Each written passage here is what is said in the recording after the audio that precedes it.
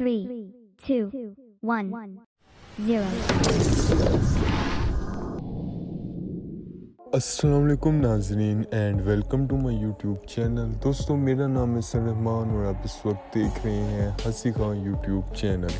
آج کی اس ویڈیو میں ہم پاکستان کے متعلق بات کریں گے، یعنی کہ دا ہسٹری آف پاکستان کی تاریخ. تو ناظرین اگر آپ ہمارے اس چینل پر نیو ہیں تو چینل کو کر لیجئے سبسکرائب. چینل کو سبسکرائب کرنے سے آپ کو فیکٹس والی، ریئلٹی والی، انفارمیشن والی اور ہسٹوریکل ویڈیوز آپ کو ریگولر ملتی رہیں گی. تو دوستو اسلامی جمہوریہ پاکستان کی تاریخ کی کہانی 14 اگست 1947 کو شروع ہوئی، جب یہ ملک تحریک پاکستان اور تقسیم ہند کے نتیجے میں برطانوی دولت مشترکہ کے اندر ڈومینین آف پاکستان کی شکل میں وجود میں آیا. جبکہ پاکستانی قوم کی تاریخ حکومت پاکستان کی سرکاری تاریخ کے مطابق برصغیر پاک و ہند پر محمد بن قاسم کی اسلامی حکمرانی سے شروع ہوئی، جو مغلیہ دور میں اپنے عروج پر پہنچ گئی. 1947 میں پاکستان مغربی پاکستان یعنی کہ آج کا پاکستان اور مشرقی پاکستان یعنی کہ آج کا جو بنگلہ دیش ہے پر مشتمل تھا. آل انڈیا مسلم لیگ اور بعد میں پاکستان مسلم لیگ کے صدر محمد Ali Jinnah governor general of Pakistan بنے، جبکہ مسلم لیگ کے سیکرٹری جنرل لیاقت علی خان وزیر اعظم بنے. 1956 کے آئین نے پاکستان کو ایک اسلامی جمہوری ملک بنایا. پاکستان کو 1971 میں خانہ جنگی اور بھارتی فوجی مداخلت کا سامنا کرنا پڑا، جس کے نتیجے میں مشرقی پاکستان کو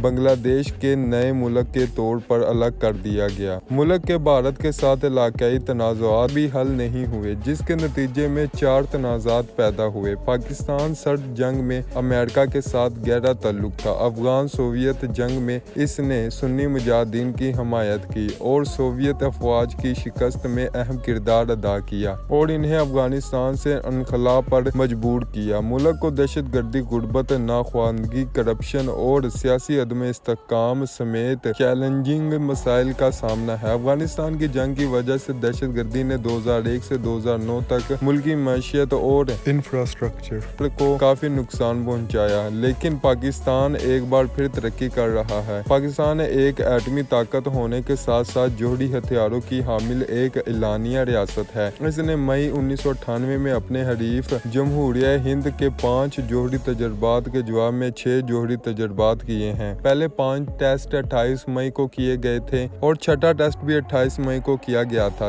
30 مئی اس حیثیت کے ساتھ پاکستان دنیا میں 7ویں، جنوبی ایشیا میں دوسرے اور اسلامی دنیا کا واحد ملک ہے. پاکستان کے پاس دنیا کی 6ٹھی بڑی مسلح افواج بھی ہے اور وہ اپنے بجٹ کا ایک بڑا حصہ دفاع پر خرچ کر رہا ہے. پاکستان OIC، سارک اور Islamic military counter terrorism collection کا بانی رکن ہونے کے ساتھ ساتھ اقوام متحدہ، شنگھائی تعاون تنظیم، common wealth of nations ARF، اقتصادی تعاون تنظیم اور بہت سی بین الاقوامی تنظیموں کا رکن بھی ہے. مزید پاکستان ایک علاقائی اور درمیانی طاقت ہے جس کا شمار دنیا کی ابھرتی اور ترقی کرنے والی معروف معیشتوں میں ہوتا ہے اور اسے دنیا کی سب سے بڑی اور تیزی سے ترقی کرنے والے متوسط طبقے کی حمایت حاصل ہے. اس کی ایک اچھی مربوط زرعی شعبے کے ساتھ ایک نیم صنعتی معیشت ہے. یہ نیکسٹ 11 میں سے ایک ہے. 11 ممالک کا ایک گروپ جو برس کے ساتھ 21ویں صدی میں دنیا کی سب سے بڑی معیشت بننے کی اعلیٰ صلاحیت رکھتا ہے. بہت سے ماہرین